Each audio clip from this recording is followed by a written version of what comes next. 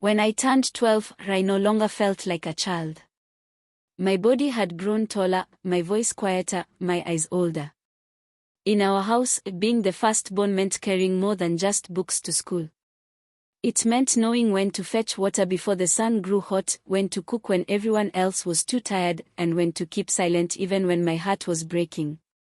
School was supposed to be my escape. Every morning, I tied my faded uniform tighter, brushed dust off my exercise book, and walked along the narrow paths with my siblings trailing behind me. I would pretend that the path was leading to something greater, that beyond the hills and the villages there was a life where I didn't have to worry about who would eat and who would sleep hungry. But the reality never left me for long. When the bell rang at school, I sat in class with other girls, listening to the teacher explain mathematics or English. I tried to focus, but sometimes the hunger in my stomach would speak louder than any lesson.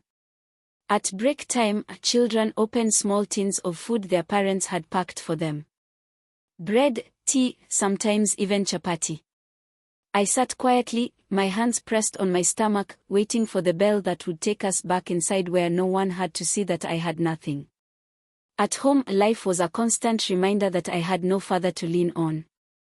Grandma's house was full of the sounds of children, my brothers and sisters, but also full of her heavy sighs. She always reminded me that I was the eldest, that my mistakes would be seen as theirs, that my success was supposed to light their path. Her words carried weight, and each one sank deep into me. Sometimes she said nothing at all, just looked at me with eyes that said, "Don't disappoint me." But if Grandma was the voice of duty, my aunt was the voice of hope. She visited from time to time, stepping into the compound with her neat clothes and her calm voice. She looked at me differently, as if she could see something more than the girl carrying water pots and sweeping the compound. She told me, "One day, you will go to college. You will study catering and hospitality. You will wear a white uniform and work in hotels, not farms." Her words became my secret treasure. At night, when everyone else slept, I would lie awake imagining myself in those uniforms.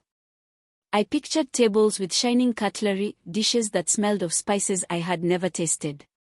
And in those dreams, my siblings looked at me proudly, not with pity but with admiration. But dreams did not stop reality. By the time I was 14, my schoolwork grew harder. I studied by the dim light of a kerosene lamp, the smoke stinging my eyes. Sometimes, when the lamp ran out, I would sit under the moonlight with my book open, my handwriting bending with the shadows. Still, I tried. I wanted to believe my aunt's words were not just stories.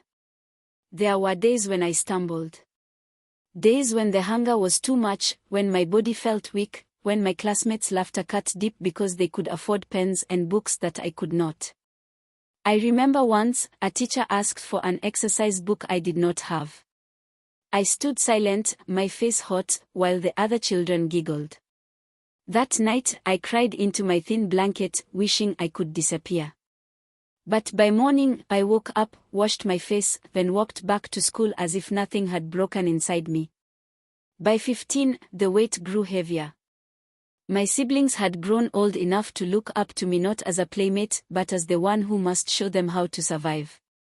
When food was little, I gave them my portion. When they quarreled, I became the peacemaker. When Grandma scolded, I took the blame. Sometimes, I felt like a mother when I was still only a girl. Still, I pushed myself through school. Each page I wrote in my book felt like a small piece of freedom, a seed that maybe one day would grow.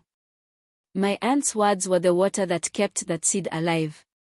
She said she believed in me, and though my grandmother's harshness told me otherwise, I held on to that belief like a rope in deep water. The truth was, I was tired. Tired of balancing childhood with responsibility, tired of pretending I wasn't hungry, tired of being strong when I wanted to be weak. But even in my tiredness, I carried hope quietly in my chest. I didn't tell anyone, but I believed that maybe, just maybe, my life would not always be this way.